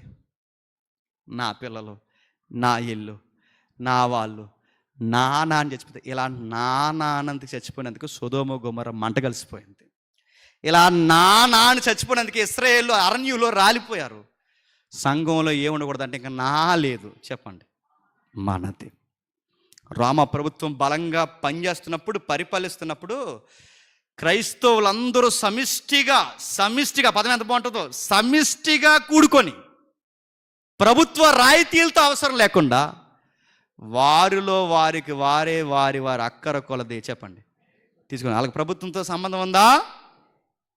ప్రభుత్వం కొరకు ప్రార్థన చేశారు, ప్రభుత్వ అధికారుల కొరకు ప్రార్థన చేశారు, కానీ ప్రభుత్వం వాళ్ళకి సపోర్ట్ చేయకపోయినా వాళ్ళ బతుకులు వాళ్ళ బతకారలే చెప్పండి. మన దగ్గర ఒక 10 రూపాయలు ఉంటే పక్కోడికి ఇవ్వం, నడుస్తున్నాను ఇవ్వు, లేదండి అడు ఎత్తే ఇవ్వడండి అంటే, ఇవ్వకపోతే దేవుడు చూసుకుంటాడు, అడిగి ఇవ్వు.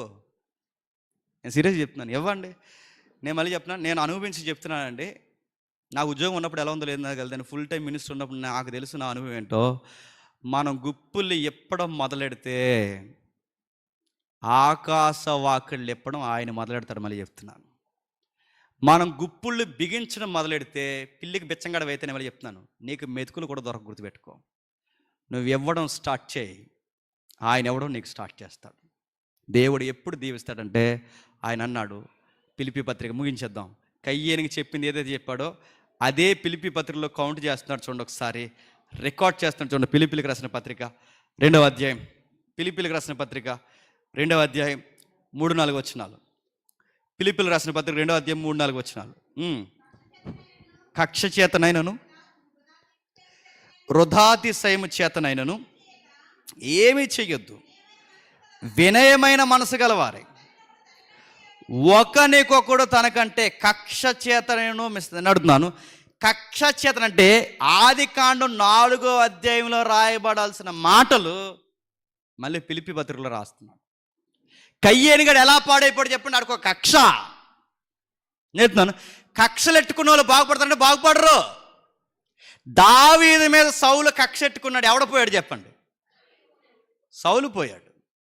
దావీదు మీద సౌలు కక్ష ఎట్టుకుంటే సౌలు పోలేదా? ఎవరైతే కక్షలు పెట్టుకుంటే వాళ్ళు పోతారు. ఏబేలు మీద కక్ష పెట్టుకున్నాడు, ఏబేలు ఏమి నశించిపోలేదే, జీవం గల ఆయన రక్తం కూడా మారిపెడుతుంది. ఎవడు భూమి మీద ఉండగా నాశనం అయిపోయాడు చెప్పండి? కయ్యేని నాశనం అయిపోయాడు. కక్షలు పెట్టుకోవద్దు, వృధాతిశయము చేతను ఏమి చేయకండి. చేసే పనిని వృధాతిశయంగా, పనికి మాలిన పనిగా, అభివృద్ధి పొందే ఈ పని అతిశయం చేత ఏది చేయక వినయమైన మనసు గలవారే చెయ్యాల్సిన పని ఏంటంటే ఒకనికి ఒకడు చెప్పండి గొప్పగా ఎంచుకోండి. గొడవలు లేకుండా అంటూ సూత్రం ఏంటి చెప్పనా? కయ్యేని వెళ్ళి ఏబేలు దగ్గర, తమ్ముడు నువ్వు నాకన్నా గ్రేటర్ అంటే గొడవే లేదు, కానీ నేనే గ్రేటు అన్నప్పుడు వచ్చింది నరహత్య. సంఘం ఏదైనా చోట ఎప్పుడు అవ్వదో చెప్పనా? ఎప్పుడు అవ్వదో చెప్పనా? నేనే గ్రేట్ అన్నప్పుడు అవ్వదు. నాకన్నా దొడ్డనే గ్రేటు, దొడ్డనే కన్నా అన్న గ్రేటు, మా అందరికన్నా క్రీస్తు. చెప్పండి, ఒకరికొకరు గొప్ప. మనం ఏం చేస్తాం, లుక్ ఇస్తాం, ఏడు సేవలే ఏడు పెద్ద అన్నట్టు. అది నీ కుటుంబానికి మంచిది కదా. మళ్ళీ చెప్తున్నాను, నేను సీరియస్గా చెప్తున్నాను. ఏడు సేవలే అన్నట్టు నువ్వు ఎవరు వైపు చూసావంటే, నువ్వు ఎదుటోడిని, నీ నైబర్ని ఎలా డీల్ చేస్తావో నీ దేవుడు నిన్ను అలాగే డీల్ చేస్తాడబ్బా. నీకు ఇది అర్థమైతే, నీ పొరుగోడిని ఎలా డీల్ చేస్తావో దేవుడు నిన్ను అలాగే డీల్ చేస్తాడు. నువ్వు ఎదుటోడిని కులుమొహముడు అన్నావు అనుకో, దేవుడు నిన్ను కులుమొహముడే అంటాడు. ఎదుటోడిని చూసి పనికిమాలోడు అన్నావు అనుకో, దేవుడు నిన్ను పనికిమాలోడు అంటాడు. నువ్వు ఎదుటోళ్ళ కోసం మంచి మాట్లాడు, నువ్వు ఎదుటోళ్ళు బాగుండాలని ప్రార్థన చేయి, నువ్వు ఎదుటోళ్ళు ఆశీర్వాదకరంగా ఉండాలని ప్రార్థన చేయి, దేవుడు నిన్ను చెప్పండి సమాజం బాగుండాలి, సంఘం బాగుండాలని చూడు. అందుకే ఇలా రాస్తూ 5వ వచనంలో ఏమన్నాడు చూడండి, క్రీస్తు యేసునకు కలిగిన ఈ మనస్సు మీరును కలిగిన 4వ వచనం, మీలో ప్రతి వాడును సొంత కార్యములు మాత్రమే కాక ఇతర కార్యాలు చూడాలి. నేను అడుగుతున్నాను, ఎవరన్నా చూస్తారా? నా పిల్లల కార్యాలు చూస్తాను, నా కుటుంబ కార్యాలు చూస్తాను, నా పనిపాట్లు చూసుకుంటాను, అన్నీ చూసుకుంటాను. పక్కింటోడికి ఏదో జరుగుతుందని తెలిసినాడు ప్రాబ్లం నేను చూస్తానా? యేసుప్రభు లైఫ్ స్టైల్ మీరు చూడండి. భూమి మీదకి వచ్చినప్పుడు మనం ఎలా బ్రతకాలి నేర్పించాడు ఆయన. ఎవరింట్లోనో పెళ్ళి ఆగిపోతుందండి, ఎవరింట్లోనో పెళ్ళి ఆగిపోతే ఈయనకి ఎందుకండి? ఆ ఇంటికి వెళ్ళి ఆ పెళ్ళింటి వారి పరువు కాపాడి వాళ్ళ పరువుని ఈయన భుజాల మీద వేసుకుని ఆ పెళ్ళింటి వారి గౌరవం నిలబెట్టాడు. ఈయనకి సంబంధం ఏంటండి? ఎవరింట్లోనో విధవరాండు కొడుకు చనిపోతే ఆ కూతురు ఆ తల్లి దగ్గరికి పోయి, ఏం బాధపడకమ్మా నీ కొడుకుని బతికిస్తా అని ఆ విధవరాండుతో కలిసి ఏడాల్సిన పని ఏమి వచ్చిందండి ఈయనకి? ఎవరో కుష్ఠరోగులు బయట ఏడుస్తుంటే ఆ కుష్ఠరోగుల చేతులు పట్టుకుని ఊరు పెద్దలు, మోతుబర్లు, ఆ మతము, సంస్కృతి, సన్నిహితుని పెద్దలు ఎవరు పట్టుకుని ఊరు ప్రజలు, సొంత ప్రజలను ఊరతలో వ్యాధి వచ్చిందని బయటేస్తే ఆ వ్యాధిగ్రస్తుల దగ్గర పోయి వాళ్ళ చేతులు పట్టుకుని మీరు శుద్ధులు ఒకటి నాకు ఇష్టమని ఆ వ్యాధిగ్రస్తుల కోసం ఈయన ఎందుకండి ఆడవడం? మీకు ఏం అర్థమవుతుంది చెప్పండి? క్రీస్తు అంటే చెప్పనా, మన కార్యాలే చూసుకోక చెప్పండి పొరుగు వాని కార్యాలు కూడా చూడాలి. ఇలా చూస్తే మన ఇంట్లో మన భార్య, తల్లిదండ్రులు ఏమంటారు చెప్పనా, నీకు ఎందుకు అన్నట్లో దూరతావు అంటారా? ఇంకా మీరు పెళ్ళిగాని పిల్లలు అయితే మిమ్మల్ని అంటారు, ఇది యూత్ మీటింగ్గా ఏమంటారు, నీకు ఎందుకురా అన్నీ మీదేసుకుంటావు అంటారా? వాళ్ళ గొడవలోకి వెళ్తావు, ఈ గొడవలోకి వెళ్తావు. ఈసారి చెప్పండి సీరియస్గా, నీ భార్య అడిగినా, నీ తల్లిదండ్రులు అడిగినా, ఎవరు అడిగిన ఈ మాట చెప్పండి, నీకెందుకురా ఈ పని అని అడిగితే మీరు చెప్పాల్సిన మాట చెప్పనా, నాకు కాకపోతే ఎవరికి మమ్మీ అని చెప్పండి. నా క్రీస్తు అలా పట్టించుకున్నాడు కనుకే ఆ రోజు ఆయన అంతమందిని వెలిగించాడు. నాకు కాకపోతే ఎవరికి? వాళ్ళకి బాధ వచ్చినా నేను వెళ్తాను, వీళ్ళకి సంతోషం వచ్చినా నేను వెళ్తాను. ఒరే వాళ్ళు రారా నీకేం జరిగినంటే, వాళ్ళు రాకపోయినా పర్లేదు చెప్పండి, నేను వెళ్తాను. ఏ భావజాలం నీకు నాకు రాలేదు కానీ చెప్పండి మిషనరీలకు వచ్చింది. వాళ్ళు వచ్చి ఏం చేస్తారు అదే చెప్తున్నాడు ఆయన. రెండు నెలల నుండి ఏం చెప్తున్నారు, వాళ్ళు వచ్చి ఏం చేస్తారు, వాళ్ళ పెళ్ళి కాదు కానీ ఇండియాలో పెళ్ళి ఎలా చేసుకోవాలి నేర్పించారు చక్కగా. వాళ్ళ వాళ్ళ పిల్లలు కాదు, వాళ్ళ బట్టలు ఎలా వేసుకోవాలి నేర్పించారు, మందులు ఎలా వేసుకోవాలి నేర్పించారు, ఎలా బ్రతకాలో, ఎలా పచ్చి మాసాలు వండుకోవాలి నేర్పించారు, ఎలా నడవాలో, ఏవి మంచి సంస్కృతో ఏది మంచి సంస్కృతి కాదో, ఏ మూఢనమ్మకాలో ఏవి ఆచరించాల్సిన, ఇవన్నీ ఇండియాకి అసలు ఇండియాకి బ్రిటిష్ వాళ్ళకి క్షమించండి, ఇండియాకి ఆ లండన్ మిషనరీలకు కానీ ఇంకా ఎవరైతే బాప్టిస్ట్ మిషనరీలకు ఏమైనా సుట్టరికాలు ఉన్నాయా? ఈ పొరుగోలు కోసం వాళ్ళు ఎందుకు బాధపడ్డారు? ఎందుకు చెప్పండి, వాళ్ళకి కంటెంట్ అర్థమైంది. మనకి ఈ కంటెంట్ అర్థమైంది కానీ కయ్యని కూడా అర్థమయ్యాడు మనకి. మేము ఎంత చూస్తాం, వాళ్ళు ఏమైనా మా చుట్టాలా అన్నారంట. ఆడాలాగా అన్నాడు, ఏమని, నేను ఏమైనా కావాలవన్నా అంటే మనం ఎదుటోళ్ళకి ఏదన్నా చేయాలంటే ఆడు ఏదో ఒక బీరకాయ పీస్ అవ్వాలి మనకి. ఆడేదో ఒక బీరకాయ పీస్ అయితే కానీ రక్తం కొయ్యం వాడి కోసం కదా. ఆడి కోసం మనం ఏదోటి చేయాలంటే ఆడు మన చుట్టమో పట్టమో మన తాలికి అప్పుడు నాకెత్తాం భుజాల మీద నడుతున్నాను. ఆడు నీకు ఏ చుట్టం పట్టం కాకపోయినా మళ్ళీ చెప్తున్నాను, ఆడు సగటు దేవుని స్వరూపం, దేవుని పిల్లలు. వాడు బాధల్లో నిన్ను ఆదరిస్తే నేను మళ్ళీ చెప్తున్నాను, వెళ్ళి అడిగి సహాయం చేయి. నేను ముగిస్తున్నాను. దొడ్డన్న నేను అంటే పేర్లు ఊర్లు అడగండి, బ్రేకులు కూడా అడగండి. దొడ్డన్న మేము ఒక ఫ్యామిలీకి ఒక చాలా పెద్ద ప్రాబ్లం వస్తుంది అన్నప్పుడు మేము ఆదరించాలని నిలబడ్డాం. చాలా లక్షల రూపాయలతో ప్రాబ్లం అది. అన్నెక్కడో ఎవరి దగ్గర వడ్డీకి తెచ్చి ఆ డబ్బులు వాళ్ళకి సహాయం చేశాను అడుగుతున్నాను. ఆయన ఎక్కడి నుంచో వడ్డీకి తెచ్చి వాళ్ళకి సహాయం చేయాల్సిన అవసరం ఎందుకు వచ్చింది? నా ఇంట్లో లక్షల రూపాయలు తెచ్చి వాళ్ళకి ఎందుకు సహాయం చేయాల్సిన అవసరం వచ్చింది? ఎందుకు వచ్చింది చెప్పనా? వాళ్ళు దేవుడిని నమ్ముకున్నారు, ఒకప్పుడు బాగున్నారు, ఇప్పుడు ప్రాబ్లమ్స్ వచ్చాయి, ఆ అప్పులకి సూసైడ్ చేసుకునే పరిస్థితి వచ్చింది. అప్పుడు నేను ఆ మనిషి దొడ్డన్న మేము అందరం కలిసి మేము తలొక చెయ్యేస్తే మీరు ఏం టెన్షన్ అవ్వకుండా ఈ అప్పుకే చచ్చిపోతారని చెప్పి మేము సాయం చేసాం. ఇచ్చేటప్పుడు లైవ్ వెళ్తుంది, వాళ్ళు చూస్తే ఇంక దేవుడు వాళ్ళని దీవించిన గాక. ఇచ్చేటప్పుడు ఒక మాట అన్నాను, అన్న నాకు నమ్మకం ఉంది వాళ్ళు ఇస్తారో ఎవరో నాకు తెలియదు, ఇవ్వకపోయినా తర్వాత గాను, కానీ వాళ్ళని మనం బతికిస్తున్నాం అంతే. అప్పుడు తమ్ముడు అన్న అన్నాడు, నేను వడ్డీకి తెచ్చాను తమ్ముడు అని. నువ్వు వడ్డీకి తెచ్చినా వాళ్ళిద్దరు లేదు, నువ్వు చూసుకో, నా డబ్బులు నాకు ఇచ్చిన ఇవ్వకపోయినా దేవుడు చూసుకుంటాడు, కానీ వాళ్ళు మాత్రం మనం చెప్పండి బతికిస్తున్నాం. మీకు ఏం అర్థం అవుతుంది చెప్పండి? ఎవరికో అప్పు అయిపోతే, ఎవరో చచ్చిపోతే ఈ మనిషి వడ్డీకి తెచ్చి ఇవ్వాల్సిన అవసరం ఎందుకు వచ్చిందండి? మీరు అందరూ తలకు రూపాయి వేసి ముక్కు ముఖం తెలియని నెలకి 25,000 ఖర్చు పెట్టి మీరు ఎందుకు వైద్యం చేస్తున్నారండి అందరికీ? ఎందుకు మీ పాస్టర్ గారు ఇవన్నీ మీకు నేర్పిస్తున్నాడు చెప్పండి? ఇది మన క్రిస్టియన్ లెగసీ, గుర్తుపెట్టుకోండి. వాళ్ళు మనకు మేలు చేసినా చేయకపోయినా చెప్పండి, ఇతరులని ఏదైనా తోటలా కాపాడుకోవాల్సిన బాధ్యత చెప్పండి మందే. సొలొమోన్ చేయలేదు, దావీదు చేయలేదు, ఇప్పుడు మనం చేయాలి. ఎవరైతే ఇక్కడ ఫలిస్తారో ఈ ఫలించిన ఈ వ్యక్తులు అన్నాడట, ప్రకటన గ్రంథంలో అంటాడు, నేను ముగిస్తున్నాను, పరదేశంలో ఉన్న జీవవృక్ష ఫలము తినిపిస్తాడట. ఏంటట అంటే మళ్ళీ ఏదైనా తోటలో స్టార్ట్ అయ్యి మళ్ళీ కథ అంతా ఎక్కడికి వస్తుందండి? చెట్టు దగ్గరికి. నా మాట నీకు అర్థమవుతుందా?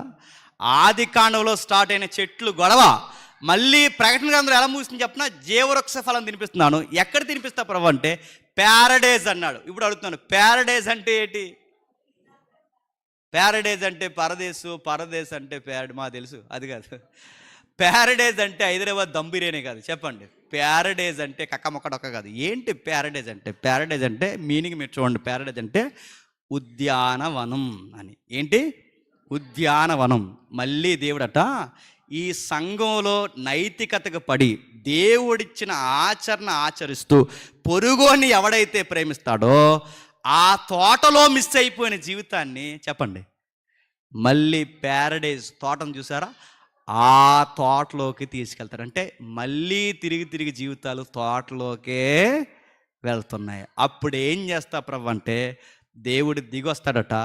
దేవుడు తానే మనతో నివాసం ఉండి ఎల్లకాలం దేవుడు మనతో ఉంటాడట, మనము దేవుడితో ఉంటాం. ఉంటాయి. ఇదే 2వ అధ్యాయంలో రాశాడు ఏమని? విశ్రమించడం. చూసారా, ఈ విశ్రమించడం ఆ ప్యారడైజ్ పరలోకాన్ని కలిపి నేడో రేపో విశ్రమించబోతున్నాడు. సదాకాలము దేవుడు మనతో ఉంటాడు, మనము దేవుడితో ఉంటాం. ఇది ఎంటైర్ దేవుని కాన్సెప్ట్, గుర్తుపెట్టుకోండి. ఇదే బైబిల్ ఇది చెప్తుంది. ఈ టైంలో మనం చేయాల్సిన పని ఏంటంటే, ఇల్లున్నా, వాకులున్నా, డబ్బున్నా, దాచుకున్నా, పిల్లలున్నా, ఏమున్నా ఏం లేకపోయినా ఒక రోజు చెప్పండి పోతాం. ఆ పోయే లోపు కయ్యేనుగాళ్ళకి దాచుకోక, కయ్యేనుగాళ్ళకి సెలపు కోసం బతక్క, బతుకున్న రోజులు నలుగురికి చెప్పండి ఉపయోగకరంగా బతుకు. పిసును కొట్టేసా లేక కాస్త ఉన్న దాంట్లో నీకు గుప్పుడు మెతుకులు ఉంటే పక్కోడి గుప్పుడు మెతుకులు పెట్టు. 2 డ్రెస్సులు ఉంటే ఒక డ్రెస్ చెప్పండి పక్కోడికి ఇచ్చే. నీకు వస్త్రం ఉంటే వస్త్రం ఇవ్వు, డబ్బు ఉంటే డబ్బు, ఏది ఉంటే అది ఇవ్వు. ఇచ్చేసి మర్చిపో, చేసిన అన్యాయమైన మర్చిపో. కానీ ఒకరోజు జడ్జిమెంట్ అయినాడు దేవుడు నిలబడతాడట. ఏమంటాడు తెలుసా? ఒకరోజు నువ్వు నాకు అన్నం పెట్టావు అంటాడు. ఎప్పుడు పెట్టావు ప్రభు అంటే, వాళ్ళకి పెట్టావుగా చెప్పండి, నాకు పెట్టావు. నాకు వైద్యం చేయించావు అంటాడు. ఎప్పుడు చేయించాం ప్రభు అంటే, పలానా నెలలో దొల్లొచ్చారుగా పలానా వ్యక్తులు, వాళ్ళకి చేయించారు కనుక చెప్పండి నాకు కూడా చేయించినట్టే. అంటే పొరుగోలుకి చేస్తే దేవుడు చేయించిన. ఈ మొక్క నీకు నాకు అర్థమవుతుంది, కానీ టీవీ నైనుడికి అర్థమైంది. టీవీ నైనుడు కొడేసి నేర్చుకుంటాడు ఏమని? ప్రార్థించే పెదవుల కన్నా సహాయం చేసే. ఎక్కడిది టీవీ నైన్కి? మదర్ తెరేసి చెప్పింది. మదర్ తెరేసి ఎక్కడిది? యాకోబత్రిలో చెప్పింది. యాకోబత్రి ఎక్కడిది? క్రైస్తవ భావజాలంలో ఉంది. అంటే నీకు నాకు అర్థం అవ్వట్లేదు, కానీ ఈ సూతులు చెప్పండి బయటోడికి అర్థమవుతుంది. అందుకే ప్రేమించండి. పొరుగోడిని ప్రేమిస్తే దేవుణ్ణి ప్రేమించినట్టు ఆచరిస్తూ, ఏదైనా తోటని ఎలా కాపలా గాయమన్నాడో, కయ్యేడిని తమ్ముడిని ఎలా కాయమన్నాడో, నీ పొరుగు వారిని, నీ సంఘాన్ని, అందరినీ పట్టించుకోండి. మీ బాధలతో మీరు ఉండక ఇతరుల కష్టాలు కూడా చెప్పండి మీదేసుకోండి. దేవుడు మిమ్మల్ని దీవించును గాక. Amen, amen, amen.